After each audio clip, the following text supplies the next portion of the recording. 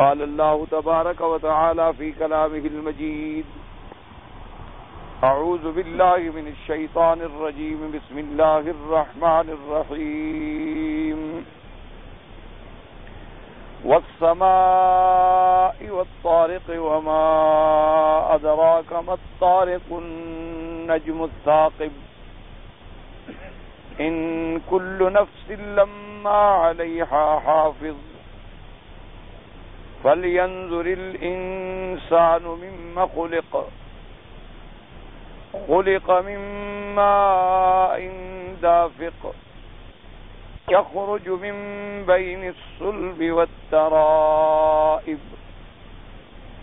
إنه على رجعه لقادر يوم تبلى السرائر فما له من قوة ولا ناصر. قال المؤلف والمفسر رحمه الله تعالى: قال عبد الله بن الإمام أحمد حدثنا أبي قال حدثنا عبد الله بن محمد قال عبد الله وسمعته أنا منه. حدثنا مروان بن معاوية الفزاري عن عبد الله بن عبد الرحمن الطائفي عن عبد الرحمن بن خالد بن أبي عبد العدواني النبي أنه أبصر رسول الله صلى الله عليه وسلم في مشرق سقيف وهو قائم على قوس أو عصي حين أتاهم يبتغي عندهم النصر وسمعته يقول: والسماء والطارق ختمها. قال: فوعيتها في الجاهلية وأنا مشرك ثم قرأتها في الإسلام. قال: فدعتني سقيف فقالوا: ماذا سمعت من هذا الرجل؟ فقرأتها عليهم فقال من معهم من قريش: نحن أعلم بصاحبنا لو كنا نعلم ما يقول حقا لاتبعناه. وقال النسائي: حدثنا عمرو بن منصور قال حدثنا أبو نعيم المسر عن محارب بن دثار عن جابر رضي الله تعالى عنه قال: صلى معاذ المغرب فقرأ البقرة والنساء فقال النبي صلى الله عليه وسلم: فتان أنت يا معاذ، ما كان يكفيك أن تقرأ بالسماء والطارق والشمس وضحاها ونحوها. مفسر رحمۃ اللہ علیہ سورۃ الطارق کے بارے میں ارشاد فرماتے ہیں کہ یہ سورت جو ہے سور مکیہ میں سے ہے، یعنی قبل الہجرت نازل ہوئی ہمارے آقا حضرت محمد مصطفیٰ صلی اللہ علیہ وعلا آلہ واصحابہ وسلم تسلیما کثیرا کثیرا. اسی بارے میں وہ ایک حدیث مبارک سے اس کا اثبات نقل فرماتے ہیں کہ عبد الرحمن ابن خالد ابن ابی حبل الادوانی کہتے ہیں اپنے باپ سے، اپنے خالد ابن ابی حبل سے، وہ فرماتی ہیں کہ میں نے حضور پاک صلی اللہ علیہ وسلم کو دیکھا کہ آپ بنو ثقیف ایک قبیلہ ہے، اس میں آقا تشریف لے آئے، وَهُوَ قَائِمٌ عَلَى قَوْسٍ أَوْ عَصِيٍّ، یعنی شک ہے راوی کو کہ یہ بات مجھے پوری یاد نہیں کہ حضور پاک نے کمان پر ٹیک لگائی ہوئی تھی یا آپ کے ہاتھ مبارک میں عصا تھا. کمان جو ہوتی ہے نا جس سے تیر چلایا جاتا ہے، تو حضور کے ہاتھ میں وہ قوس مبارک تھی، کمان مبارک تھی، اس پہ آپ نے یعنی جیسے عصا کو پکڑتے ہیں، یا لکڑی مبارک تھی، عصا تھا. اس لیے علماء کرام نے یہ لکھا ہے کہ عصا جو ہے یعنی ہاتھ میں عصا رکھنا، ہاتھ میں لکڑی رکھنا جو ہے یہ سنت الانبیاء ہے. انبیاء علیہم الصلوات والتسلیم کا یہ طریقہ ہے، جیسے کہ قرآن مقدس کے اندر بھی اس کے بارے میں اس بات موجود ہے جب اللہ پاک نے فرمایا کہ وما تلک بیمینک یا موسیٰ قال ہی عصائی. اللہ تبارک و تعالی نے فرمایا وہو اعلم، حالانکہ وہ جانتے ہیں کہ موسیٰ علیہ السلام تمہارے دائنے ہاتھ میں کیا ہے. تو موسیٰ علیہ السلام نے عرض کیا کہ میرا اللہ یہ میرا عصا ہے، اتوکل علیہ، میں اس پہ ٹیک بھی لگا لیتا ہوں. وَأَحُشُّ بِهَا عَلَىٰ غَنَمِي، اور اپنے بکریوں کے لیے کوئی پھلی ولی اتارنی ہو درخت سے تو مار کے وہ بھی اتار لیتا ہوں۔ وَلِيَ فِيهَا مَآرِبُ أُخْرَىٰ، اور اس میں اور بھی میرے کئی کام ہیں، کبھی رسی چھوٹی پڑ جائے اور پانی نکالنا ہو تو رسی اس کو باندھ کے پانی بھی کھینچ لیتا ہوں، اور کبھی لمبا سفر کرنا ہو تو کندھے پہ رکھا اور آگے پیچھے سامان لٹکا لیا تو یہ فائدہ بھی اٹھا لیتا ہوں، اور اگر کوئی دشمن آ جائے تو اس کو مارنے کا فائدہ بھی اٹھا لیتا ہوں، اور اگر راستے میں کوئی حشرات الارض بچھو آ جائیں تو ان کو بھی مار لیتا ہوں۔ وَلِيَ فِيهَا مَآرِبُ أُخْرَىٰ، بڑے منافع ہیں۔ تو اس میں علماء نے لکھا ہے کہ العصا سنت الانبیاء وزینت الصلحاء وسلاح علی الاعداء، کہ یہ عصا جو ہے یہ انبیاء کی سنت ہے اور صالح لوگوں کی زینت ہے، اور دشمن کے مقابلے پہ ایک ہتھیار ہے، اور غریب آدمی کے لیے یہ بڑا مددگار ہے کہ راستے میں کہیں بیٹھ گیا، دھوپ ہے تو چلو بھی لکڑی اوپر چادر ہی ڈال دی تو سایہ بن گیا، اور کوئی ضروریات آ گئی تو ان سے فائدہ اٹھا لیا، تھک گیا تو آدمی نے اسی میں سامان لٹکا کے اپنا کندھے پہ رکھا اور چل پڑا، اور زیادہ ضرورت ہوئی تو کہیں ٹیک لگا کر بھی اس پہ کھڑا ہو گیا۔ تو یہ عصا رکھنا جو ہے یہ بھی سنت مصطفیٰ صلی اللہ علیہ وسلم۔ اسی لیے خاص طور پر خطبے کے اندر یہ سنت ہے کہ آدمی جب خطبہ پڑھے تو اس کے ہاتھ میں عصا ہو، کیونکہ حضور صلی اللہ علیہ وسلم عصا مبارک پکڑتے تھے یا تلوار مبارک کو بطور عصا استعمال فرماتے تھے، یا کبھی کبھی یہ بھی ہوتا تھا کہ آپ نے وہ کمان جو ہوتی ہے جس سے تیر چلائے جاتے ہیں، کیونکہ وہ بھی ماشاءاللہ کافی لمبی ہوتی ہے تو اس کو بھی بطور عصا استعمال فرماتے تھے۔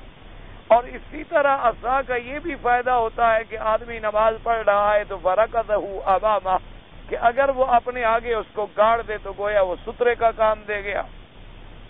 اب اگر کوئی آدمی سترے سے ادھر گزرے گا تو وہ بھی گناہگار نہیں ہوگا، اور اس کو بھی نماز میں تشویش اور پریشانی نہیں ہوگی، کیونکہ آدمی نماز پڑھ رہا ہے اور گزرنے والا ایسے کبھی گزرتا ہے کہ پتہ ہی نہیں لگتا کہ آدمی کیا پڑھ رہا ہے، اور اس کو خبر ہی نہیں لگتی کہ اللہ کا بندہ کیسے گزر گیا ہے، حالانکہ ساری جگہ بھی پڑی ہوتی ہے، کوئی عذر بھی نہیں ہوتا اور کوئی مجبوری بھی نہیں ہوتی۔ تو اس لیے علماء کرام نے فرمایا کہ عصا رکھنا جو ہے یہ بھی سنت انبیاء علیہم الصلوات والتسلیم۔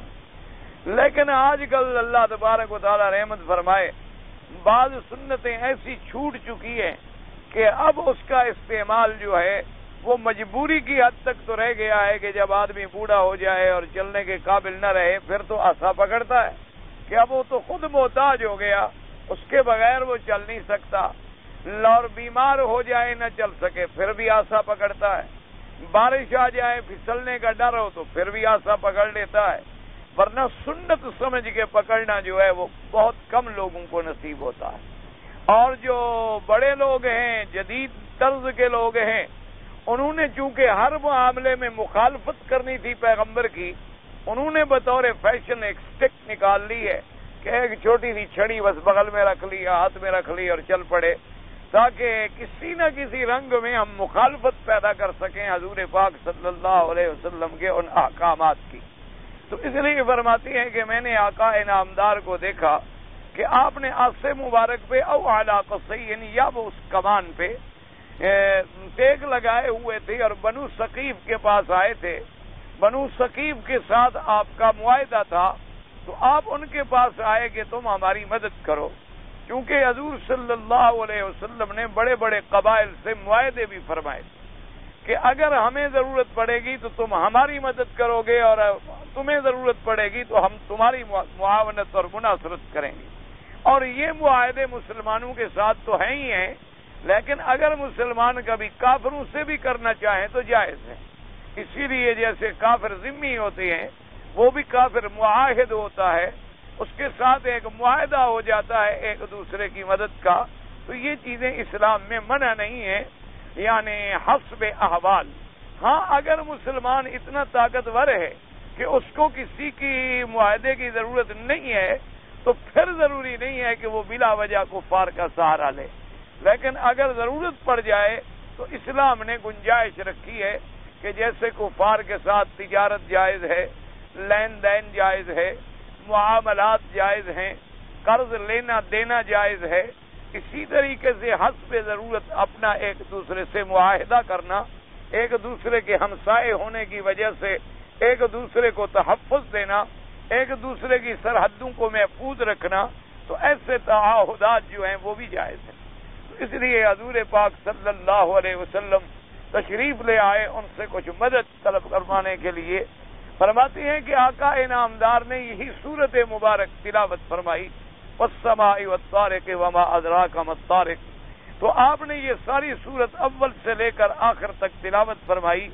تو یہ صحابی فرماتے ہیں کہ الحمدللہ میں نے حضور سے سنا فوعیتھا، میں نے یاد کر لی یہ پوری سورت، وانا مشرک، حالانکہ میں کافر تھا، حالانکہ میں مشرک تھا، میں اس وقت اسلام نہیں لایا تھا، لیکن میں نے حضور پاک سے جب یہ سورت مبارک سنی تو میں نے فوراً یاد کر لی، اور پھر جب میں اسلام لے آیا تو میں نے پھر دوبارہ یہ سورت پڑھی فقرأتھا حضور صلی اللہ علیہ وسلم کی خدمت میں۔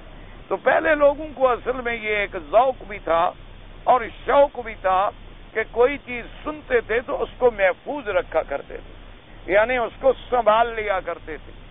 اور پھر زمانہ بھی ایسا تھا ماشاءاللہ کہ تلاوت کرنے والے جب حضرت محمد مصطفیٰ ہوں، آپ کی زبان مبارک سے جب ایک ایک لفظ نکلتا تھا تو وہ دلوں میں گھر کرتا چلا جاتا تھا، اور حضور صلی اللہ علیہ وسلم ایک ایک آیت مبارک علیحدہ علیحدہ پڑھتے تھے تاکہ سمجھ آنے میں بھی آسانی ہو اور حفظ کرنے میں بھی آسانی ہو۔ تو صحابی فرماتی ہیں کہ میں نے اس وقت یاد کر لی۔ تو اب مقصد مفسر رحمت اللہ علیہ کے ذکر کرنے کا یہ ہے کہ بھئی یہ واقعہ بنو ثقیف والا اور اس کے سننے کا، اور یہ مشرک تھا، تو یہ مکی زندگی کا واقعہ ہے، یعنی ہجرت سے قبل کا واقعہ ہے۔ تو ثابت یہ ہوا کہ یہ سورت مبارک جو ہے ان سور میں سے ہے جن کو سور مکیہ کہا جاتا ہے، جو نازل ہوئی ہیں ہمارے آقا پہ ہجرت سے پہلے۔ اور اس کے بعد فرماتے ہیں کہ ایک دفعہ کا یہ واقعہ مبارک بھی ہے کہ حضرت معاذ رضی اللہ تعالی عنہ میرے آقا کے صحابی ہیں، اور آپ نماز پڑھایا کرتے تھے، کسی مسجد میں امام تھے۔ تو حضرت نے جب مغرب کی نماز پڑھائی ماشاءاللہ، تو صحابہ کو تو قرآن سے بھی عشق تھا اور نماز سے بھی عشق تھا، تو انہوں نے ماشاءاللہ سورت بقرہ اور سورت نساء پڑھنی شروع کر دی، بڑی بڑی صورتیں۔ تو جب حضور صلی اللہ علیہ وسلم کو خبر ہوا تو حضور صلی اللہ علیہ وسلم ناراض ہو گئے اور فرمایا کہ فتان انت یا معاذ، اے معاذ تم لوگوں کو فتنے میں ڈالتے ہو۔ فتنے کا معنی ہے امتحان میں ڈالتے ہو، کہ اب وہ نماز نہ پڑھیں اور جماعت سے محروم ہو جائیں تو ثواب جماعت سے گئے اور جماعت کی اقتداء سے محروم ہو گئے، اور اگر تمہارے پیچھے نماز پڑھیں ماشاءاللہ تو پھر یہ 2 صورتیں پڑھو تو 1.5 گھنٹے کی تو صرف ایک نماز ہوئی، تو انہوں نے باقی کام بھی تو دنیا میں کرنے ہیں۔ تو تمہیں یہ سمجھ نہیں آتی ہے کہ اگر مغرب کی نماز ہو تو والسماء والطارق والشمس والضحاہا، یہ قصار مفصل کی جو صورتیں ہیں یہ تلاوت کیا کرو تاکہ کسی کے لیے بوجھ جو ہے وہ نہ بنے۔ تو اس میں بھی یہ ثابت ہوا کہ حضور پاک نے ان آیات کا اور ان صورتوں کا مغرب اور عشاء میں پڑھنے کا بھی حکم فرمایا ہے۔ تو بہرحال ہمیشہ یہ قاعدہ بھی ہے شریعت کا، میرے آقا نے فرمایا ہے کہ من ام منکم فلیخفف، کہ اگر تم میں سے کوئی آدمی امام بنے کہیں، اس کو امام بننا پڑے کسی مسجد میں کسی جماعت کا، تو اس کو یہ چاہیے کہ وہ تخفیف کرے۔ تخفیف سے مراد یہ ہوتا ہے کہ یعنی وہ قرات اتنی لمبی نہ کرے کہ جو لوگوں کے لیے ثقل بن جائے، کیونکہ تمہارے پیچھے نماز پڑھنے والوں میں بوڑھے بھی ہوتے ہیں، تمہارے پیچھے نماز پڑھنے والوں میں بیمار بھی ہوتے ہیں، تمہارے پیچھے نماز پڑھنے والوں میں عورتیں بھی ہوتی ہیں جن کے بچے رو رہے ہوتے ہیں۔ تو اس لیے فرمایا کہ وہ نماز میں تخفیف کرے تاکہ لوگوں پر بار نہ گزرے اور لوگ کسی فتنے میں اور امتحان میں الجھ نہ جائیں۔ اور تخفیف کا معنی یہ نہیں ہوتا کہ رکوع اور سجود پورا نہ کرے، یہ یاد رکھو، کیونکہ رکوع اور سجود اگر پورا نہ کیا جائے تو نماز ہی نہیں ہوتی، یہ ہمیشہ یاد رکھیں۔ جیسے کہ ہمارے بعض بھائی رکوع کرتے ہیں اللہ اکبر اللہ اکبر اللہ اکبر اللہ اکبر جلدی سے، تو نماز ادا ہی نہیں ہوتی، یعنی ان کے ذمے سے فرض ہی ادا نہیں ہوتا۔ ہمیشہ رکوع بھی آرام سے کریں، رکوع سے جب سیدھے کھڑے ہوں تو پھر بھی آرام سے، کم از کم اللہم ربنا لک الحمد، اور اگر اللہ توفیق دے تو حمدن کثیرن طیبا مبارکن کما یحب ربنا ویرضا۔ اور حضور تو کبھی کبھی الحمدللہ ملء السماوات وملء الارض ملء ما فیہا ملء ما شئت بات یہ پڑھتے، اور کبھی اللہم باعث بینی و بین خطایا کما باعثت بین المشرق والمغرب یہ بھی پڑھتے. اور اسی طرح سجود جو ہے حتی تطمئن ساجدہ کہ سجدہ جو کرے آدمی تو بالکل اطمینان کامل کے ساتھ کم از کم درجہ ہے کہ 3 دفعہ سبحان ربی الاعلیٰ پڑھے، ورنہ 5 دفعہ اور 7 دفعہ، اور اگر نفل نماز ہو تو پھر چاہے 11 دفعہ 21 دفعہ اس سے بھی زیادہ پڑھتا رہے. اور اسی طرح جب سجود سے اٹھ کے بیٹھے تو بالکل پشت سیدھی ہو جائے، اور اس کے بعد جو دعائیں معصور ہیں وہ دعا بھی پڑھ لے، اللہم اغفر لی وارحمنی وارزقنی واہدنی واعف عنی.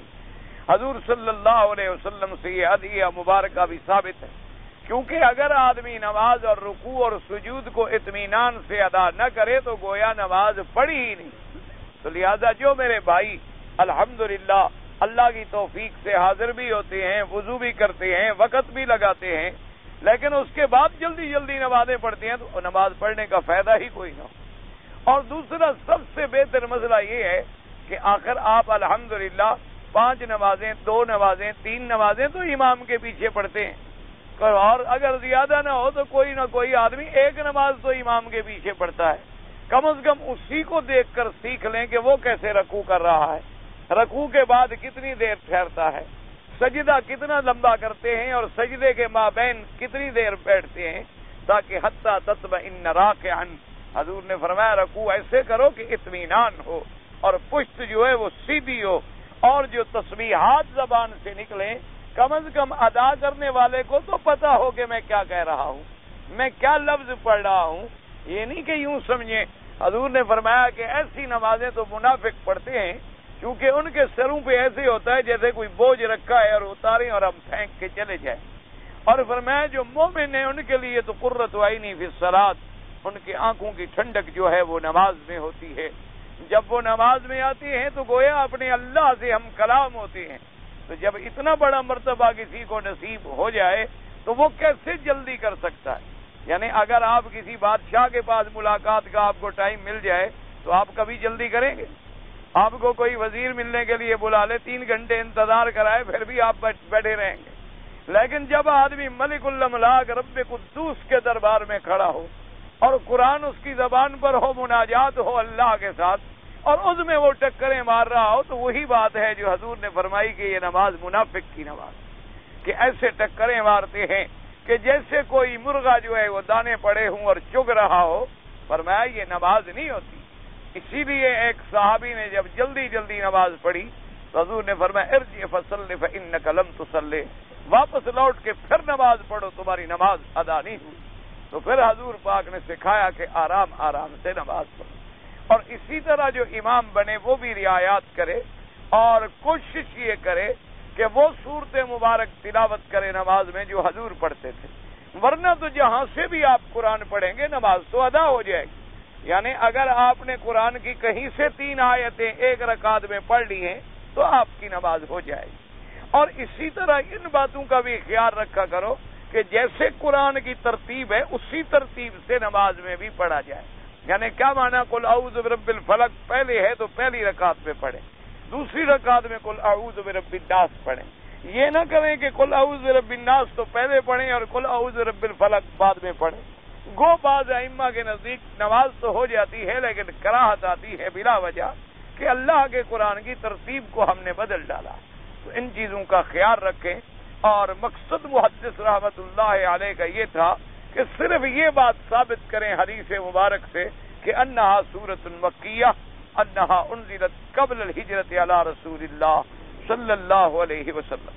اور پہلی آیات کا ترجمہ کل آپ نے پڑھا تھا کہ اللہ نے قسم کھائی، فرمایا مجھے قسم ہے آسمان کی اور مجھے قسم ہے طارق رات کے آنے والے کی، یا رات میں ظاہر ہونے والے کی یا اچانک ظاہر ہونے والے کی. معنی ایک ہی ہے. طارق کا معنی ہوتا ہے دراصل اچانک آنا. ایک قسم تو میرے پروردگار نے یہ کھائی. اس کے بعد پھر بیان فرمایا کہ طارق ہے کیا. فرمایا وما ادراک مت طارق، اور اس کی آگے تفسیر فرما دی کہ وہ رات کو آنے والا کیا ہے، النجم الثاقب، کہ وہ تارا جو چمکنے والا ہے اور وہ تارا جو اندھیری کو چیر کر نکلنے والا ہے. اور اس کے بعد جواب قسم کیا تھا کہ ان کل نفس لما علیہا حافظ، کہ کوئی جی نہیں ہے دنیا میں، کوئی انسان نہیں ہے دنیا میں مگر اس پہ حافظ ہے، حفاظت کرنے والا۔ اس کے بارے میں بھی الحمدللہ آپ نے پڑھا کہ اصل محافظ اور حفاظت کرنے والا تو اللہ ہے، فاللہ خیر حافظا وہو ارحم الراحمین۔ اور دوسری حفاظت کے لیے اللہ نے مقرر فرمایا علیکم لحفظہ، تو اس سے مراد کیا ہے؟ کرامن کاتبین یعلمون ما تفعلون، کہ اللہ نے فرشتے مقرر کیے ہیں اور وہ تمہارے اعمال کی حفاظت کرتے ہیں، اور جو تم کرتے ہو وہ لکھ لیتے ہیں اور تمہارے نامہ عمل میں اس کو درج کر دیتے ہیں، اور تمہارے نامہ اعمال جو ہیں پھر محفوظ ہو جاتے ہیں، اور قیامت کے اندر وہ نامہ عمل جو ہے تمہیں ملے گا اور پڑھایا جائے گا۔ اور بعض علماء نے فرمایا کہ حافظ سے مراد یہ ہے کہ اللہ تبارک و تعالی نے اپنے بندوں کی حفاظت کے لیے خاص فرشتوں کی ڈیوٹی لگائی ہے جو بندے کی حفاظت کرتے ہیں، یعنی لہو معقبات من بین یدیہ ومن خلفہ، اللہ نے فرمایا اس کے آگے اور پیچھے ہم نے پہرے لگا رکھے ہیں جو اس کی حفاظت کرتے ہیں۔ اور حتیٰ کہ بعض روایات میں یہ بھی آتا ہے کہ صرف آنکھ جو ہے اس کی حفاظت کے لیے 7 فرشتے ہیں۔ کیا مطلب ہے؟ اس حفاظت کے 2 معنی ہیں، علماء نے لکھے ہیں۔ ایک حفاظت کے معنی تو یہ ہے کہ آدمی کو ہلاکت سے، نقصان سے، کسی حوادث سے، ان سے بچانے کے لیے اللہ نے فرشتوں کی ڈیوٹی لگا دی ہے۔ اور بعض علماء نے فرمایا کہ ان کو برائیوں سے روکنے کے لیے بھی، تاکہ فرشتہ جو ہے وہ ہمیشہ اچھی باتوں کا الہام کرتا ہے کہ اسلام آدمی کی توجہ جو ہے نماز میں ہو، روزے میں ہو، قرآن میں ہو، حج میں ہو، زکوٰۃ میں ہو۔ یہی وجہ ہوتی ہے کہ جب آدمی گناہ کرتا ہے تو ملائکہ دور ہو جاتے ہیں اور شیطان قریب ہو جاتا ہے، پھر ہر وقت شیطان جو ہے اس کو اپنے تسلط میں رکھتا ہے اور اس پہ سوار ہو جاتا ہے، پھر وہ جدھر چاہتا ہے اس کو موڑ کے لے جاتا ہے۔ اور جب آدمی اللہ کے ذکر میں ہوتا ہے، اللہ کے قرآن میں ہوتا ہے، تو شیطان دور ہو جاتا ہے اور قوات ملکیہ جو ہیں وہ زیادہ بیدار ہو جائے۔ اس لیے اسے پھر ہر وقت یہی خیال ہوتا ہے میری نماز ہو جائے، میری تلاوت ہو جائے۔ بڑی سے بڑی دعوت میں بھی بیٹھا ہوگا تو گھڑی دیکھ بھائی اذان تو نہیں ہوگی، اور جی ذرا خیال رکھنا کہیں ایسا نہ ہو کہ میری جماعت چلی جائے۔ بڑے سے بڑے آدمی بھی بیٹھے ہوں گے، اور ایسے لوگ جو ہیں بہرحال بہت کم ہوتے ہیں۔ اور مجھے ایک دوست نے بتلایا تھا، خدا بہتر جانتا ہے کس حد تک ہے، ہمارے بہت بڑے ایک مسلمان سوتر گزرے ہیں، اللہ ان کی قبر پہ رحمت فرمائے۔ وہ کہتی ہیں کہ ایک بڑی میٹنگ میں، بہت بڑی کوئی اہم میٹنگ تھی جس میں ساری دنیا کے سفراء اور بڑی یعنی انتہائی ضروری اور انتہائی اہم میٹنگ تھی، اس میں مصروف تھے، اور ان کے پروٹوکول اور ضابطے یہ ہوتے ہیں کہ میٹنگ کا جو ٹائم ہے، اجلاس ہے، اس میں درمیان میں کسی قسم کی پھر بات نہیں ہوگی۔ تو میٹنگ شروع ہو گئی تو اس کے دوران میں اذان آ گئی، تو انہوں نے فوراً اٹھ کے چلے گئے اور ساری میٹنگ ختم ہو گئی۔ چونکہ ایک آدمی بھی چلا جائے تو بات تو رک گئی، تو نماز پڑھ کے واپس آئے تو کسی کافر نے بہرحال اس نے اعتراض کیا کہ جناب یہ تو ضابطے کے خلاف ہے کہ آپ درمیان میں اٹھ سے چلے گئے۔ اس نے کہا مجھے اتنی بڑی طاقت نے بلا لیا تھا کہ جس کا میں انکار نہیں کر سکتا۔ اگر بادشاہ اپنے کسی آدمی کو بلا لے، اور مجھے تو بادشاہوں کے بادشاہ نے بلا لیا تھا، تو اس لیے اس کے حکم کا انکار کرنا جو ہے انسان کے بس میں نہیں ہو سکتا۔ تو اس لیے جو مسلمان ہوتا ہے چاہے بادشاہ بن جائے، اس کا دل نماز میں اٹکا رہتا ہے۔ اور یہی وجہ ہے الحمدللہ اس ملک پر اللہ کی رحمتوں کی۔ آپ یقین فرمائیں، مجھے خود الحمدللہ مشاہدہ ہے، کئی دفعہ ان کے بڑے بڑے وزارتوں میں اور بڑے بڑے لوگوں سے ملنے کا وقت ہوتا ہے، اتفاق سے یا کام سے، تو ہمیشہ یہ دیکھا کہ جو ہی اذان ہوئی ہے، بادشاہ ہے، وزیر ہے، فوراً مصلی پہ پہنچ، اور باوضو، اس کا مطلب ہے کہ وہ دفتر میں بیٹھے تھے۔ اگر وضو نہ ہوتا تو کم از کم وضو کرنے کے لیے تو جاتے، دفتر میں بیٹھے، اذان ہوئی اور ٹھیک مصلی پہ آ گئے اور نماز جماعت کے ساتھ ادا۔ یہ ایک بڑی بات ہے کہ جب بندہ اپنے اللہ کے آگے جھک جاتا ہے تو بس اللہ کی رحمتیں آ جاتی کہ بھئی میرا بندہ ہے، گناہ گار ہے، جیسا بھی ہے، 5 دفعہ دن میں آگے ماتھا رگڑتا ہے، 5 دفعہ آگے میرے دربار میں حاضری لگاتا ہے، تو پھر اللہ تبارک و تعالیٰ معاف بھی فرما دے۔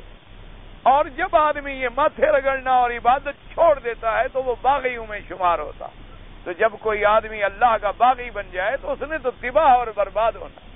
یعنی آپ یقین کریں، مجھے کئی دوستوں نے خط لکھے جی ہمارے ملک میں امن نہیں ہوتا، یہ نہیں ہوتا، دعائیں کریں، وہ تو ہمارا فرض ہے کہ ہم دعائیں کریں۔ ویسے بھی الحمدللہ ہر مسلمان کے لیے اور ہر مسلمان ملک کے لیے دعائیں کرنا ہمارا فرض ہے، اللہ ہمیں توفیق دے۔ لیکن یعنی آپ یقین فرمائیں، آپ کوئی پیرے نہ بٹھائیں، آپ کوئی چوکیاں نہ بنائیں، آپ میرے ساتھ یعنی اگر آپ کی آواز میں اللہ نے کوئی طاقت دی ہو، ہم تو طالب ہیں، ہماری آوازیں کون سنتا ہے؟ اور نکار خانے میں ایک طوطی کی آواز کس نے سننی ہے؟ لیکن اگر آپ میں سے کسی کو اللہ توفیق بخشے، یعنی آپ تجربہ کر لیں کہ پورے ملک میں نماز پابندی سے شروع کرا دیں، سب جھگڑے ختم ہو۔ تجربہ کر لیں، نہ کسی چوکی کی ضرورت پڑے گی، نہ آپ کو جناب کسی بموں کی ضرورت پڑے گی، نہ کلاشن کوفوں کی ضرورت پڑے گی، اور نہ پیروں کی ضرورت۔ صرف ایک فیصلہ کر لیں کہ نماز کے وقت نماز ہوگی، بس صرف نماز قائم کر دیں، کیونکہ اللہ کا پہلا فیصلہ یہ ہے کہ الذین مکناہم فی الارض، کہ جب ہم آپ کو زمین میں سلطنت دیں تو پہلا کام یہ کرو کہ اقاموا الصلاۃ، نماز قائم کرو، کیونکہ جب بندے کا اللہ سے تعلق نہیں جڑے گا تو بندوں کا حق کیسے ادا کرے گا؟ یعنی ایک آدمی کو اگر اپنے اللہ کا حیا نہیں ہے تو بندے کا حیا زیادہ۔ ایک آدمی اگر اللہ سے نہیں ڈرتا تو وہ تم سے ڈرے گا، ایک آدمی اگر اللہ کا خوف نہیں کرتا تو وہ تیری ملازمت سے ڈرے گا، تیرے ڈنڈے سے ڈرے گا۔ اصل ڈر تو یہ ہے کہ اس کو اللہ کے دربار میں جھکا دو، جب وہ اللہ سے ڈر گیا تو سب ٹھیک ہو گیا۔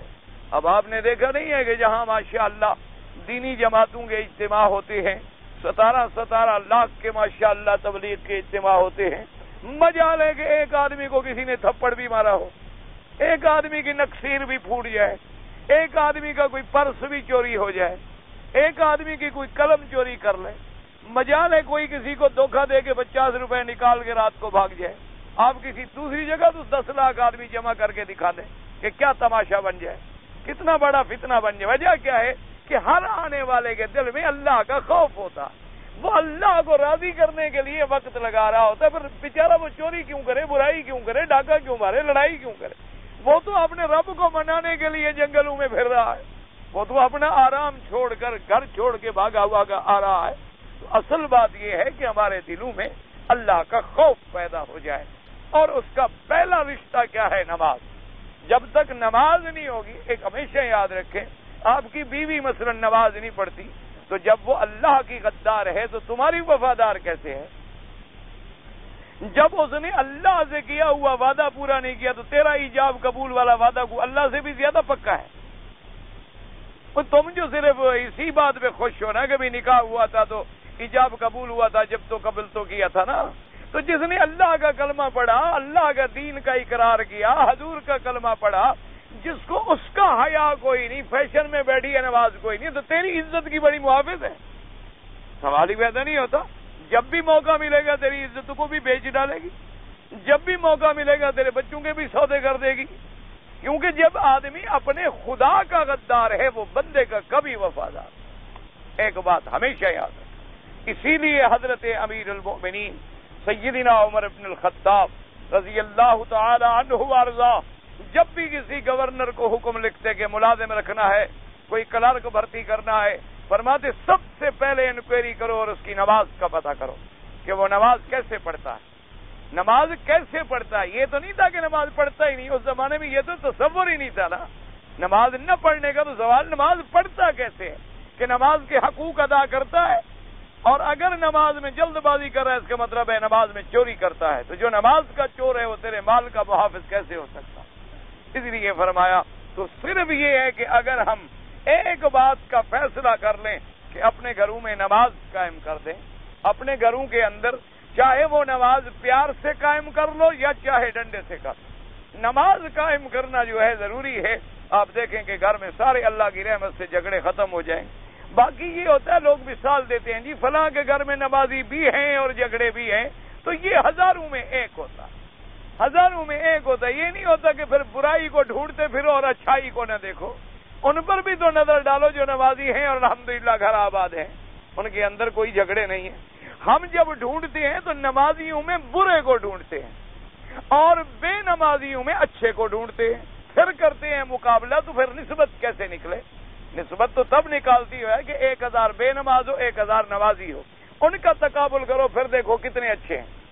یہ تو نہیں ہوتا کہ بے نمازیوں میں ایک اچھا آدمی ہوا تو اس کو ڈھونڈ لیا کہ جی وہ بڑا نماز تو نہیں پڑھتا لیکن حضرت کاروبار میں بڑا سیدھا ہے. کاروبار میں تو کافر بھی سیدھا ہوتا ہے. کاروبار کے اندر تو یہودی اور نصرانی بڑا سیدھا ہے. ابھی اس نے یہ نہیں کیا کہ 30 گز لکھے اور 30 گز، اس نے یہ نہیں لکھا اور مٹی نکل آئے. تو پھر تجارت میں سیدھا ہونا یہ کون سی بڑی بات ہوئی؟ اس کے اندر تو بڑے بڑے کافر بھی ٹھیک ہوتے ہیں. اصل تو یہ دیکھنا ہے کہ بندہ اپنے اللہ کے حق ادا کرتا ہے اور اس کے بعد بندوں کے حقوق ادا کرتا ہے کہ نہیں کرتا. اور اللہ کے حقوق میں پہلا حق جو ہے وہ نماز ہے. اس لیے فرمایا اور نماز کے مسائل حضور پاک نے سمجھائے. تو اب جناب اللہ پاک نے فرمایا کہ وہ رات کو آنے والی چیز، اور اس کے بعد پھر توجہ دلائی ہے مبدا کی طرف. فرمایا فَلْيَنْظُرِ الْإِنسَانُ مِمَّا خُلِقَ، کہ انسان کس چیز سے پیدا کیا گیا. فرمایا خُلِقَ مِن مَّاءٍ دَافِقٍ، پیدا کیا گیا ایک پانی سے جو ٹپکنے والا. اس لیے میں نے کل عرض کر دیا تھا کہ پانی کا ٹپکنا جو ہے وہ دونوں میں ہوتا ہے، مرد میں بھی عورت میں بھی. عورت کا اندفاق ہمیں معلوم نہیں ہوتا اور مرد کا تدفق جو ہے وہ ہمیں معلوم ہوتا ہے، ورنہ یہ تدفق جو ہے وہ دونوں کے اندر ہوتا ہے. اور باقی یہ بات رہی تھی کہ وہ پانی جو ہے پشت اور سینے کے درمیان سے، تو یہ سارے اقوال جمع ہو سکتے ہیں. یعنی مقصد یہ ہے کہ بندے کے بدن سے، یا مقصد یہ ہے کہ بھی ہر انسان کا سینہ اور پشت اس کے درمیان سے، چاہے وہ ریڑھ کی ہڈی سے آ کے خصیتین میں بھی پہنچ جائے تو من بین الصلب والترائب سے نہیں نکل سکتا. اور بعض علماء نے فرمایا کہ عورت کا سینہ اور مرد کی پشت، تو یہ قول بھی تقریباً یعنی جمیع اقوال جو ہیں متقاربۃ المعنی. قادر انہ علی رجعہ لقادر، کہ تحقیق پروردگار عالم. اس آیت کے دو ترجمے فرمایا مفسرین. فرمایا کہ اس کے لوٹانے پہ قادر ہیں. کیا معنی؟ یعنی جیسے بندے کو ابتدا میں بنایا، بندے کو پیدا فرمایا، پھر موت آئی، پھر دفن ہوا، پھر مرنے کے بعد قیامت سے دوبارہ لوٹانے پہ بھی وہ قادر. جو پہلے پیدا کرنے پہ قادر ہے تو وہ تمہیں دوبارہ قبروں سے کھڑا کرنے پر بھی، وہ تمہیں قبروں سے کھڑا کرنے پر بھی قادر ہے. جیسے کہ ایک حدیث مبارک میں آتا ہے کہ جب آدمی کی روح نکلتی ہے تو اللہ کے فرشتے اس روح کو لے کے جاتے ہیں آسمانوں میں. جب پہلے آسمان سے گزرتے ہیں تو ماشاءاللہ مومن کے روح کی خوشبوئیں ایسی ہوتی ہیں، فرشتے پوچھتے ہیں بھائی کس کی روح ہے، کس کی روح آئی؟ تو دوسرے لانے والے ملائکہ کہتے ہیں کہ فلان ابن فلان، فلانے آدمی کی روح ہے ماشاءاللہ. تو وہ بھی کہتے ہیں چلو یار ہم بھی ساتھ چلتے ہیں، جیسے تم جنازے کے ساتھ چلتے ہو وہ روح کے ساتھ چلتے. پھر دوسرا، پھر تیسرا، پھر چوتھا، پھر پانچواں، حتیٰ کہ علیین تک پہنچتے ہیں. تو اللہ تبارک و تعالیٰ اس کے بعد حکم فرماتے ہیں، ایک حدیث پاک میں آتا ہے کہ میرے بندے کی روح کو جو ہے وہی لوٹا دو، کیونکہ میں نے مٹی سے ہی اس کو پیدا کیا، اسی میں ہی لوٹانا ہے اور اسی سے ہی نکالنا. منہا خلقناکم وفیہا نعیدکم ومنہا نخرجکم تارۃ اخری. اللہ نے فرمایا ہم نے پیدا بھی تمہیں اسی مٹی سے کیا ہے اور پھر ہم تمہیں لوٹائیں گے بھی اسی مٹی میں، اور پھر ہم تمہیں نکالیں گے بھی اسی مٹی میں. اور بعض روایات کے روح کے مبارک حتیٰ تعاد روحہ الی جسد، کہ پھر اس کی روح جو ہے لوٹا دی جاتی ہے اس کے جسد کے اندر. اور بعض علماء کرام فرماتے ہیں کہ روح کے لوٹانے کا معنی یہ نہیں ہوتا کہ بالکل روح جسد میں آ کر دوبارہ داخل کر دی جائے، بلکہ روح مومن کی علیین میں ہوتی ہے اور اس کا نوع من الاشراف تعلق جو ہے وہ بدن کے ساتھ ہوتا. اسی طرح کافر کی روح جو ہے وہ سجین میں ہوتی ہے، لیکن اس کا ایک گنا تعلق جو ہے وہ جسد کے ساتھ ہوتا ہے تاکہ عذاب قبر جو ہے وہ متحقق ہو سکے اور نعیم قبر جو ہے وہ متحقق ہو سکے. اور بعض علماء نے فرمایا کہ نہیں، روح ہی لوٹا دی جاتی ہے. انہوں نے فرمایا چونکہ قرآن نے آیت ایسی فرمائی ہے کہ منہا خلقناکم، اسی سے ہم نے تمہیں پیدا کیا. تو جب پیدا کیا تو روح بھی تھا اور جسد بھی تھا. اور فرمایا کہ نخرجکم منہا تارۃ اخری، پھر ہم نکالیں گے بھی تم کو اس. تو جب نکالیں گے اس وقت روح بھی ہوگا اور بدن بھی ہوگا. تو انہوں نے کہا جب پیدا کیا تو پہلے بھی روح اور بدن دونوں تھے، جب قیامت میں نکالیں گے پھر بھی روح اور بدن دونوں ہوں گے، تو جب لوٹائیں گے تو پھر بھی روح اور بدن دونوں ہوں گے. تو اس لیے بعض علماء کرام نے فرمایا بہرحال راجح قول یہی ہے کہ مومنین کی ارواح علیین میں ہیں اور کفار کی ارواح جو ہے وہ سجین میں ہیں، باقی ان کا تعلق اللہ قائم کر دیتے ہیں تاکہ سوال بھی ہوگا قبر میں، عذاب بھی ہوگا اور ثواب بھی ہوگا، کیونکہ عذاب قبر بھی حق ہے اور ثواب قبر بھی حق ہے اور سوال قبر بھی حق ہے۔ باقاعدہ صحیح احادیث مبارک میں آتا ہے کہ سوال کیا جاتا ہے من ربک ما تقول فی حق ھذا الرجل ما دینک، اور اس کے بعد حدیثوں میں یہ لفظ بھی آتے ہیں نم کنومۃ العروس۔ تو بہرحال اس آیت کا ایک قول تو یہ ہے کہ اللہ نے جیسے ہمیں پیدا کیا تھا تو دوبارہ ہمیں پیدا لوٹانے پر بھی قادر ہے۔ اچھا، جب ہمیں پیدا کیا تھا تو کیسے پیدا فرمایا ہمیں اللہ نے؟ یعنی پانی سے۔ اچھا، پانی بھی ایسا جو ٹپکنے والا۔ اچھا، پانی مرد اور عورت دونوں کا بھی لے لیں۔ اچھا، مرد مشرق کا ہے، عورت مغرب کی ہے، دونوں کا رشتہ ہو گیا۔ تو اب کیسے اللہ نے اکٹھا کیا؟ کوئی مشرق سے، کوئی مغرب سے، کوئی شمال سے، کوئی جنوب سے، کوئی عربی ہے، کوئی اجمی ہے، کوئی ہندی ہے، کوئی سندھی ہے، رشتہ ہو گیا، نکاح ہو گئے۔ تو پھر اچھا، ان کے اندر وہ جو پانی پیدا ہوا جس سے بچہ پیدا ہوتا ہے وہ کیسے پیدا ہوا؟ وہ خون سے بنتا ہے، اور خون بنتا ہے غذا کھانے سے، اور غذا کہاں سے آئے گی؟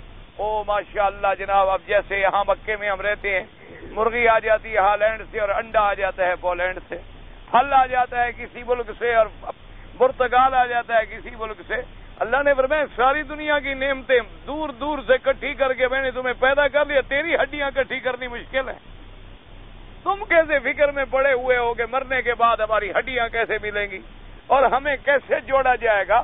اللہ نے فرمایا دیکھو لاکھوں لاکھوں جگہ سے، کہیں سے ہوا آئی، کہیں سے پانی آیا، کہیں سے دریا چلے، کہیں جا کے زمینیں کاشت ہوئیں، کہیں جا کے پھل لگے، ان کو پھر ہوائی جہازوں میں منتقل کیا گیا، سینکڑوں دکانوں پہ بکے، بکتے بکتے تیرے پاس پہنچے، پھر تو نے ان کو کھایا، پھر کیلوس بنے، کیموس بنے، معدے میں آئے، فضلہ فضلہ بن گیا، پانی پیشاب بن گیا، ان کا جو اصل تھا وہ جگر نے تقسیم کر کے خون بنا دیا، اور اس خون سے پھر ہم نے تیرے اندر وہ مادہ پیدا کیا، اور وہ مادہ جناب وقت ضرورت پہ نکلا اور اپنے مقام پہ جا کے ٹھہر گیا، اس سے ہم نے بچہ پیدا کر دیا۔ تو اتنی متفرقات کو جمع کر کے تمہیں پیدا کیا ہے تو تمہاری ہڈیاں جوڑنی ہمارے لیے مشکل ہے۔ اس لیے فرمایا انہ علی رجعہ لقادر، کہ اللہ تبارک و تعالیٰ اس بندے کو دوبارہ لوٹانے پہ قادر۔ بس ایک قول یہ ہے، ہمیشہ یاد رکھیں۔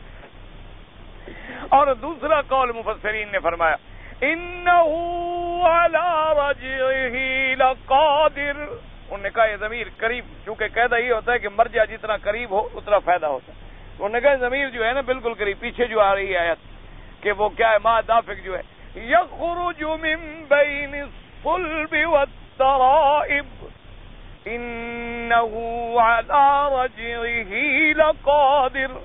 اللہ نے فرمایا وہ پانی جو ٹپک کے نکلا ہے میں تو اس پہ بھی قادر ہوں کہ اس کو پھر اسی سوراخ سے واپس کر دوں۔ فرمایا میں تو پھر اس کو بھی لوٹانے پہ قادر ہوں، تم تو نہیں داخل کر سکتے، پھر لاکھ ٹوپیں لے آؤ اور لاکھ ڈاکٹروں کو بلا کے لے آؤ، اصل مقام پر تو تم بھی اس کو پھر نہیں پہنچا سکتے ہو۔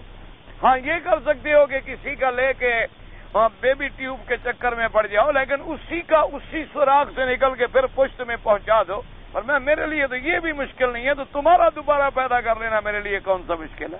اس لیے بعض علماء نے فرمایا کہ اس کا ضمیر جو ہے قریب کی طرف راجی، بعد میں فرمایا کہ بندوں کو دوبارہ پیدا کر کے لوٹانا میرے لیے مشکل نہیں ہے، اور بعد نے کہا کہ نہ اسی پانی کو نکلنے کے بعد دوبارہ واپس لوٹا دینا بھی میرے لیے مشکل نہیں ہے۔ تو مفسرین کرام نے اس کے دونوں معنی لیے ہیں اور دونوں قول نقل فرمایا، اور دونوں ٹھیک ہے۔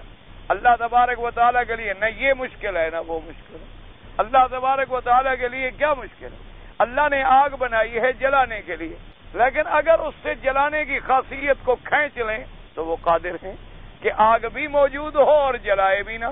فرمایا قلنا یا نار کونی بردا وسلاما علی ابراہیم، اب آگ موجود ہے لیکن اللہ نے اس کی خاصیت جو تھی احراق والی وہ ختم کر دی، فرمایا کہ ٹھنڈی ہو جائے، اور اتنی زیادہ ٹھنڈی نہ ہونا کہ میرے پیغمبر کو سردی لگے، کیوں وہ آج ہمارے مہمان ہیں، آج ہم ان کو یہاں اپنے معراج کروا رہے ہیں، لوگ آگ سمجھے ہوئے ہیں اور ہم معراج کروا رہے ہیں۔ اسی لیے بعض ہندو بیچارے بھی اسی چکر میں، جیسے کہ اللہ معاف فرمائے، ایک ہندو نے مجھ سے بھی پوچھا کہنے لگے دیکھو جی اتنے بڑے پیغمبر کو بھی تو آگ میں ڈالا گیا، اسی لیے تو ہم اپنے مردوں کو آگ میں جلا دیتے ہیں تاکہ وہ آگ جو ہے ان کے لیے بڑا معراج کا ذریعہ بن جاتی ہے۔ میں نے کہا بھی ہمارا نبی تو آگ سے نکل آیا، تمہارا باپ دادا بھی کوئی نکلا کبھی؟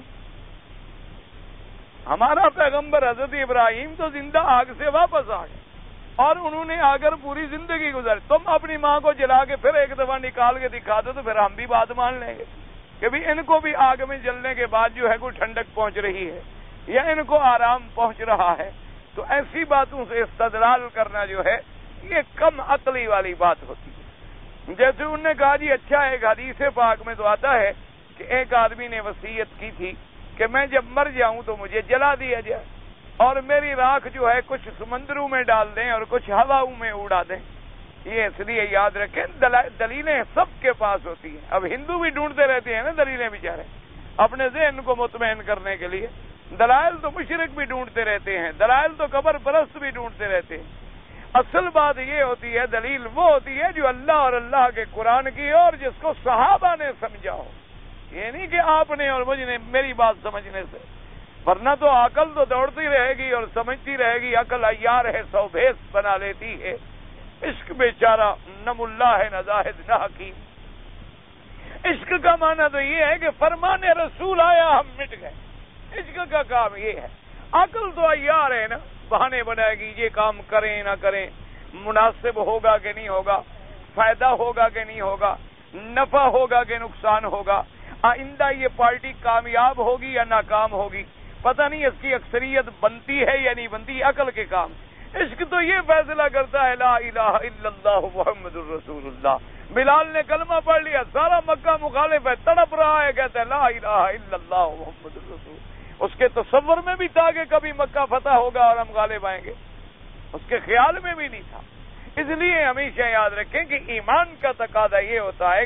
تو اس نے کہا جی کہ وہ اس حدیث میں موجود ہے، میں نے کہا موجود ہے، کہ اس کے اولاد نے اس کو جلا دیا اور اللہ پاک نے پھر اس کو زندہ کر دیا۔ فرمایا میرے بندے کیوں تم نے یہ بات کی تھی؟ میں نے کہا اللہ میاں میرے گناہ بڑے تھے اس لیے میں ڈر گیا، میں نے کہا کہ اگر میں پیش ہوں گا نا اللہ کی دربار میں تو مجھے عذاب ہوگا۔ میں نے اپنے عقل سے یہ سوچا کہ جب میں جل جاؤں گا میری راکھ بن جائے گی، راکھ ہواؤں میں اڑ جائے گی، کچھ دریاؤں میں بہ جائے گی تو شاید میں عذاب سے بچ جاؤں، اس لیے میں نے کیا تھا۔ اللہ میاں تو دلوں کو بھی جانتا ہے، میرے دل میں جو بات تھی وہ بھی آپ کو پتا ہے۔ اللہ نے فرمایا اچھا آپ نے تمہارے گناہ معاف کر دی۔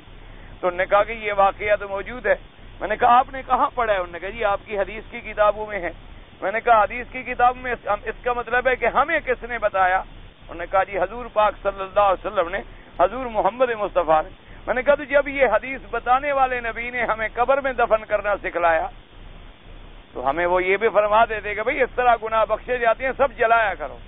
تو جس پاک نبی نے حدیث سنائی ہے اسی نے تو حکم دیا کہ قبر میں دفن کرو، جلاؤ نہیں۔ اسی نے تو حکم دیا کہ آگ کا عذاب نہیں دینا چاہیے کیونکہ آگ کا عذاب صرف اللہ کی ذات دیتی ہے۔ حتیٰ کہ حضور نے منع فرمایا کہ اگر کوئی جانور بھی ہے تو آگ میں نہ جلاؤ، مار دو۔ اسی لیے حکم ہے کوئی مثلا ایسی جیسے ہوتے ہیں نا وہ اپنا ٹڈیاں وڈیاں ایسی چیزیں کہ بھئی ان کو مارو لیکن جلاؤ نہیں، کہ عذاب النار جو ہے وہ صرف اللہ کی ذات عطا فرماتی ہے۔ تو میں نے کہا اگر آپ کو ہمارے حضور پاک کی اس حدیث پہ اتنا بڑا ایمان ہے تو حضور پاک کے باقی فرمان پر ایمان نہیں، صرف یہ جلانے والا تم نے سیکھا اور کسی بات میں نہیں آیا۔ اور یہ تو ایک بنو اسرائیل کے زمانے کا ایک قصہ ہے جس کا شریعت محمد مصطفیٰ سے کوئی تعلق بھی نہیں۔ اس لیے بہرحال ایسے دلائل کے پیچھے پڑ جانا جو ہے نا جی، یہ باطل فرقوں کا کام ہوتا ہے کہ جہاں کوئی بات ان کو نظر آئی میٹھی میٹھی تو اس کو تو لے لیا، یہاں اپنے خلاف کوئی بات آئی تو پھر اس کو چھوڑ دیا۔ ورنہ یہ ہے کہ جو اللہ کا حکم ہے، اللہ نے قرآن میں فرما دیا ثم اماتہ فاقبرہ، ہم اپنے بندے کو موت دیتے ہیں اور پھر اس کو قبر میں بھیجتے ہیں۔ یہ بھی اس بندے کے لیے تکریم ہوتی ہے۔ جیسے ابھی میں نماز سے فارغ ہوا ماشاءاللہ، ابھی کی بات ہے، ایک آدمی دوڑتا آ گیا ماشاءاللہ، بڑی داڑھی مبارک ٹھیک ٹھاک لیا تھا، کہتا جی ایک مسئلہ پوچھنا ہے۔ میں کبھی جلدی کرو وہاں تو میرا درس۔ کہتے جی یہ کفن جو دیتے ہیں مردے کو اس کا کیا فائدہ ہے؟ میں نے کہا تم ایسا کرو بھی تم لکھ جانا کہ جب میں مروں تو مجھے کفن نہ دیں۔ تمہیں بغیر کفن کے لے آئیں گے اور جب جنازہ پڑھیں گے سارے تو پہلے زیارت کریں پھر جنازہ پڑھیں. کوئی عقل کرو. میں نے کہا اللہ نے جب زندہ کو ننگا رکھنا برداشت نہیں کیا تو مردے کو کیوں ننگا کریں؟ یہ تو تکریم ہے بنی آدم کی کہ وَلَقَدْ كَرَّمْنَا بنی آدم.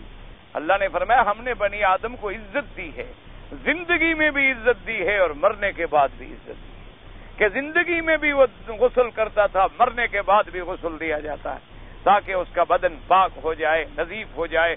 اب وہ اللہ کے پاس جا رہا ہے، اس کو خوشبوئیں لگائیں، بیری کے پتے ڈال کے پانی گرم کر کے نہلائیں اور اس کے بعد خوشبو ڈالیں، کافور ڈالیں، پاک صاف کفن پہنائیں، پھر آ کے نماز پڑھیں، دعائیں مانگیں، پھر جا کے اسے قبر میں دفن کریں اور اس کے چہرے کو اللہ کے کعبے کی طرف کر دیں.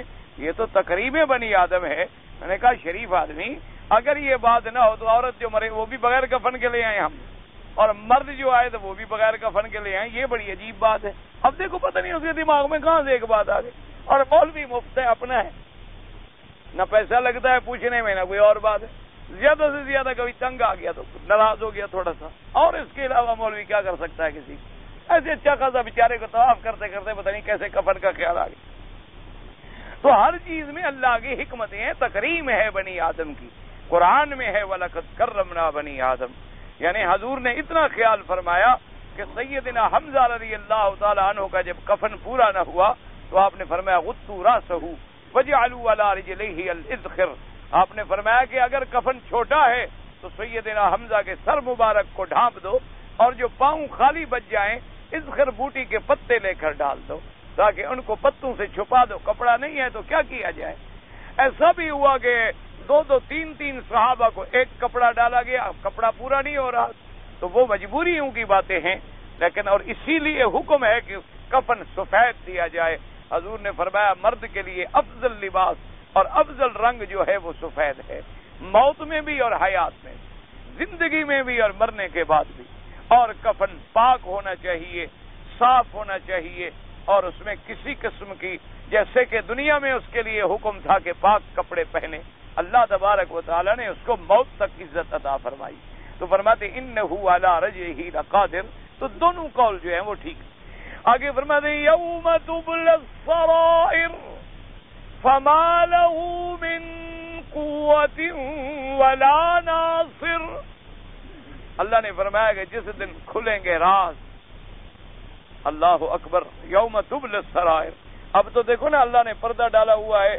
آپ مجھے سمجھتے ہیں مولوی صاحب ہے، اچھا آدمی ہوگا، شریف آدمی ہوگا. اب کیا پتا تمہیں کہ میرے اندر کے عمل کیسے، تمہیں کیا پتا ہے کہ میری رات کی تاریکی میں میرے اعمال کیا ہے. ظاہر میں تو آپ سمجھیں گے استاد ہے، قرآن پڑھاتا ہے، نماز پڑھتا ہے، نفل پڑھتا ہے، یہ تو کوئی پہنچا ہوا بزرگ ہے.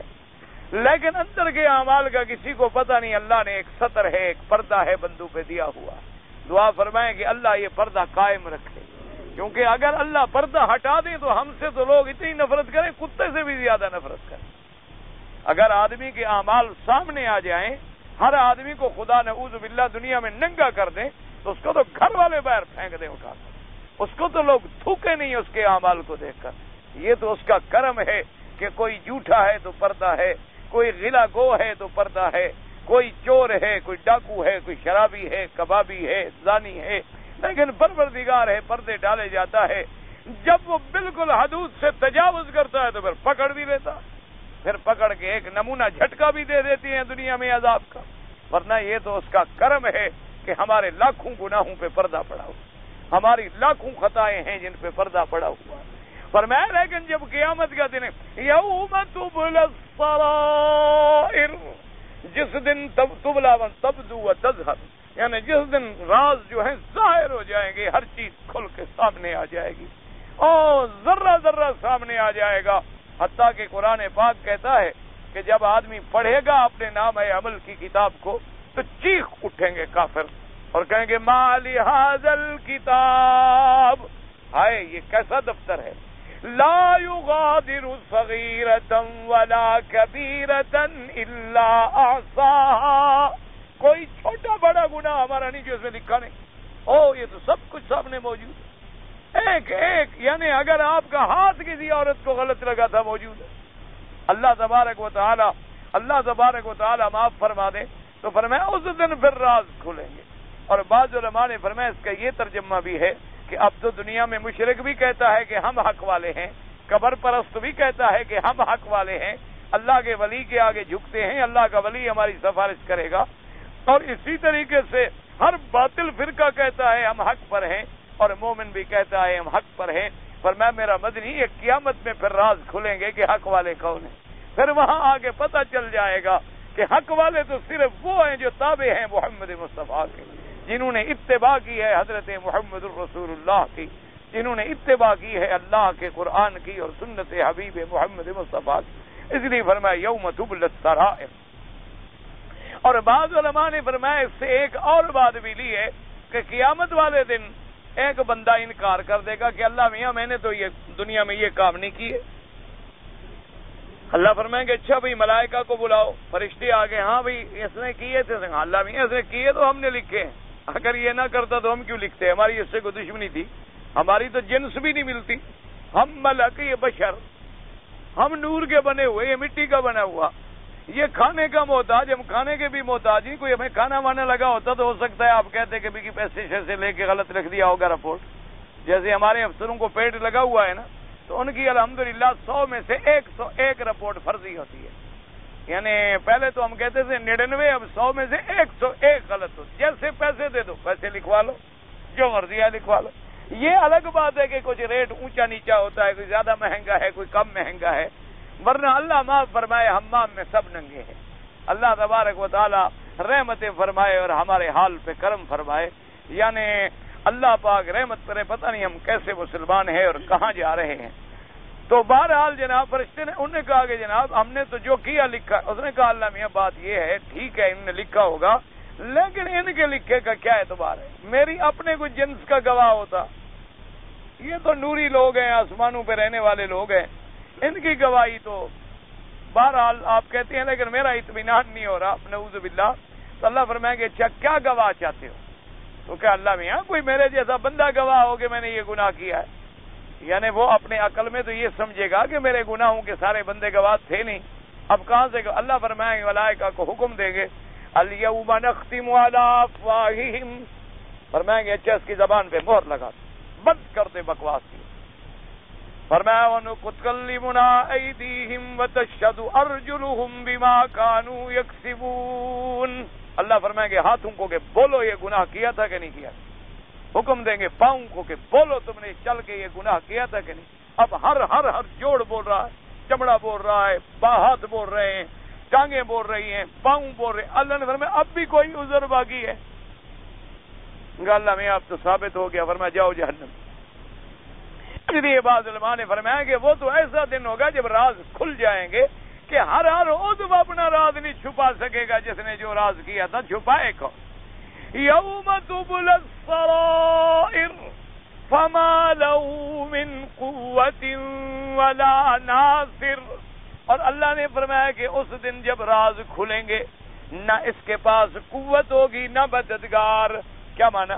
ہمیشہ قاعدہ یہ ہوتا ہے کہ اگر کوئی مشکل وقت ہے یا تو آدمی اپنی قوت سے اس کو دفع کرتا ہے، یا اپنی قوت نہ ہو تو باہر سے کوئی مدد کر دیتا ہے. اللہ نے فرمایا اس دن نہ تو اپنی قوت کوئی کام آئے گی اور نہ اس کا کوئی باہر سے مددگار کام آئے گا. تو جب ذاتی قوت بھی نہ ہو اور مددگار بھی نہ ہو تو انجام کیا نکلے گا؟ تباہی اور بربادی. اس لیے فرمایا کہ وہ تو دن ایسا ہوگا کہ نہ تو اس کی اپنی اندر کی کوئی قوت کام آئے گی، ولا ناصر، اور نہ کوئی مددگار ہوگا. فَلَهُم مِّن دُونِ اللَّهِ مِن وَلِيٍّ وَلَا نَصِيرٍ. اللہ کے سوا نہ کوئی دوست ہوگا نہ مددگار ہوگا.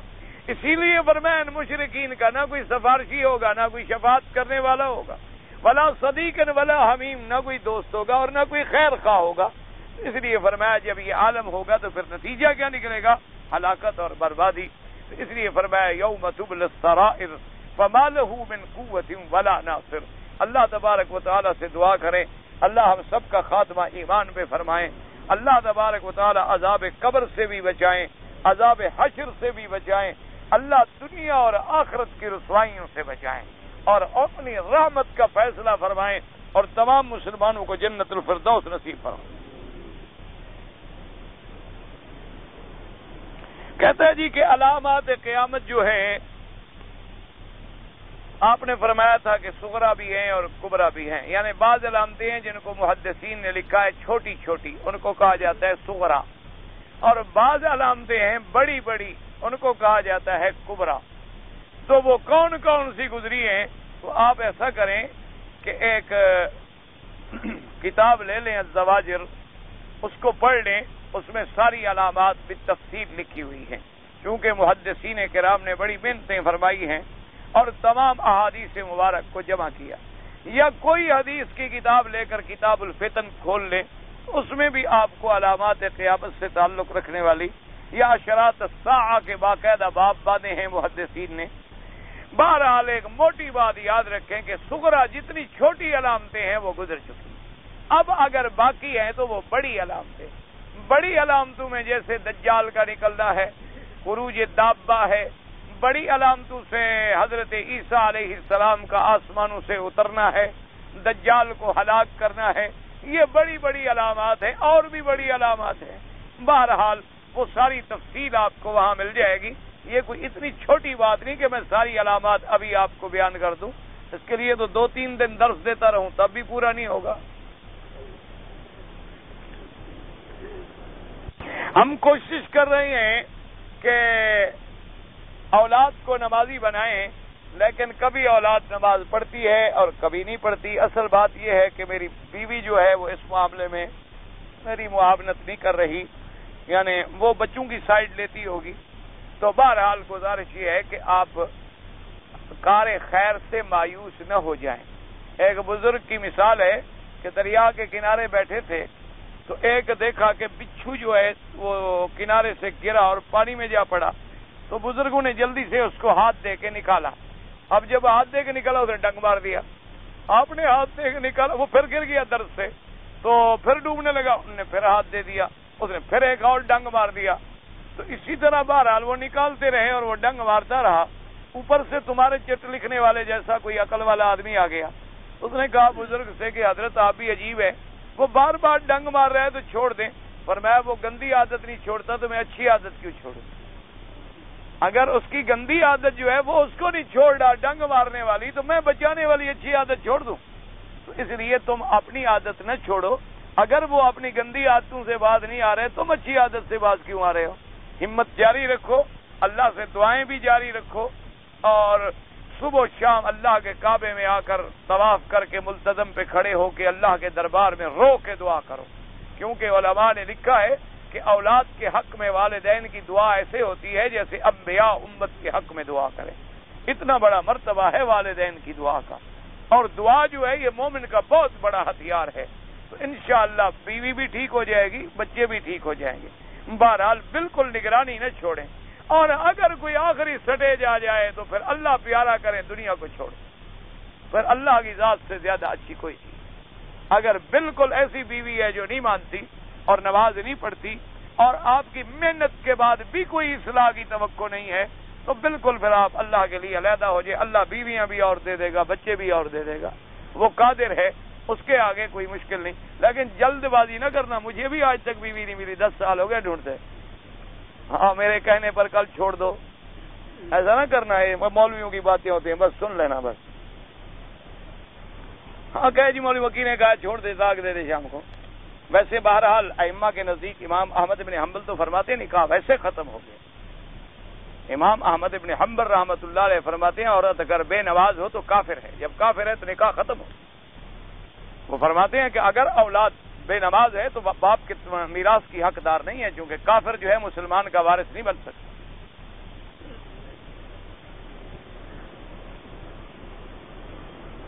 کہتا ہے جی بعض مولویوں نے کہا ہے کہ اللہ نے جو وعید بیان کی ہے مسلمانوں کے لیے وہ ایسے ہے جیسے یعنی باپ بیٹے کو ڈراتا ہے کہ اگر تم نے فلاں کام کیا تمہیں قتل کر دوں گا، کرے گا نہیں، نہ، عذاب پر حق ہے۔ اللہ تبارک و تعالیٰ گناہگاروں کو بھی عذاب دیں گے، چاہے وہ مومن بھی کیوں نہ ہوں۔ ہاں یہ ان کی مرضی کے چاہے عذاب نہ دیں۔ آپ نے علماء کی بات سمجھی نہیں، علماء نے ٹھیک لکھا۔ علماء نے یہ لکھا ہے کہ کافر کا عذاب تو ہوگا کفر کے لیے، اور مومن کو عذاب ہوگا پاک کرنے کے لیے۔ دیکھو نا جیسے آدمی اپنا ویسے کسی کو بندے کو تھپڑ مارو، اب بیٹھے بیٹھے مجھے ایک تھپڑ یہاں مار دو، تو میں ابھی لڑ پڑوں گا یار کیوں مارا، لیکن اسی کپڑے کو جب پاک کرنا ہو تو کتنا مارتے ہیں، کتنا رگڑتے ہیں. تو وہ چاہے آپ چوٹ تو اس وقت بھی کپڑے کو لگ رہی ہے، لیکن مقصد اس کا دھونا ہوتا ہے. تو اللہ اگر مومنین کو جہنم ڈالیں، اللہ رحمت کرے، تو وہ بھی ان کو پاک صاف کر کے پھر جنت میں بھیج دیں. یہ نہیں کہ عذاب ہوگا نہیں، عذاب تو اللہ بچائے. حضور نے جو فرمایا عذاب قبر سے پناہ پکڑو، یعنی کافر پکڑیں، ہم نہ پکڑیں. اچھا مسئلہ سمجھایا آپ نے علماء کا لکھا ہوا.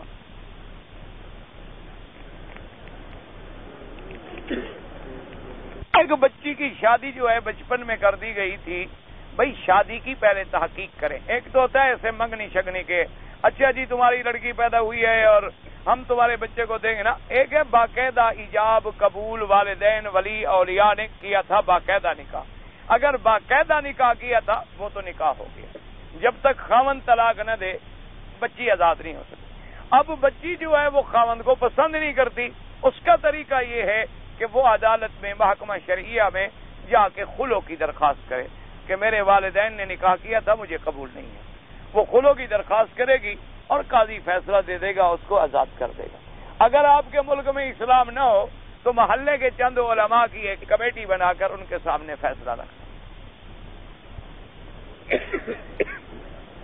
تخلیق کے لیے کتنا عرصہ لگا ہے؟ ساری زندگی لگ جائے. اللہ کا دین بھی کنتم خیر امۃ اخرجت للناس. یہاں چلو امر بالمعروف کرو، نہ گھر میں ہو، باہر ہو، اندر ہو، جتنا اللہ توفیق عطا فرمائے. اللہ تبارک و تعالی ہر مسلمان کو، حضور نے فرمایا ایک وقت آ جائے گا اگر تم امر بالمعروف چھوڑ دو گے، نہی عن المنکر چھوڑ دو گے، تو آسمان سے میں بارشیں بند کر دوں گا اور ایسے عذاب بھیجوں گا کہ سب کو رگڑ ڈالے. اس لیے یہ تو ہر مسلمان کے ذمہ ہے تبلیغ. حضور نے فرمایا بلغوا انی ولو آیہ. اگر ایک آیت بھی تمہیں آتی ہے تو دوسرے کو پہنچاؤ، ایک حدیث بھی آتی ہے تو دوسرے کو پہنچاؤ. اللہ نے فرمایا تم اس لیے بہتر امت ہو تأمرون بالمعروف وتنہون عن المنکر. اللہ نے فرمایا پہلی قوموں پر کیوں عذاب آئے؟ کانوا لا يتناهون عن منکر، کہ جب وہ برائی کو دیکھتے تھے تو ان کو روکتے نہیں تھے. جب وہ روکتے نہیں تھے تو اللہ کے عذاب آ گئے. اللہ توفیق عطا فرمائے. دعا کرو اللہ آپ کو بھی اور مجھے بھی. آپ قرآن پڑھ رہے ہیں یہ بھی تبلیغ ہے، درس دے رہے ہیں یہ بھی تبلیغ ہے. جتنا اللہ توفیق عطا فرمائے. اگر کسی شخص سے انہیں شادی کے لیے عورت نہ ملے تو پیسوں سے عورت لے کر شادی کر سکتے. عورت بکتی بھی ہے؟ ماشاءاللہ. بھائی مسلمان عورت کا خریدنا بیچنا حرام ہے. بیچنا بھی حرام ہے، لینا بھی حرام ہے. بیچنا بھی، حر عورت، آزاد عورت کا بیچنا، کو غلام ہے وہ، کنیز ہے کہ بیچ رہے ہو، ظلم ہے. ظلم میں تعاون نہ کریں. ہاں یہ علیحدہ بات ہے کہ پیسے سے اگر عورت خرید سکتا، تم کوئی پیسے چاہتے بناؤ، ٹھیک ٹھاک گھر بناؤ، پھر سب دیں گے تمہیں. آج کل بغیر پیسے کے کوئی نہیں دیتا. بغیر پیسے کے ہمیں کیوں نہیں دیتے؟ اس لیے تقریر ہی سننی ہے نا، اور ہم نے کیا دینا؟ کون دے؟ پیسہ ہو تو جناب دے. ہم 90 سال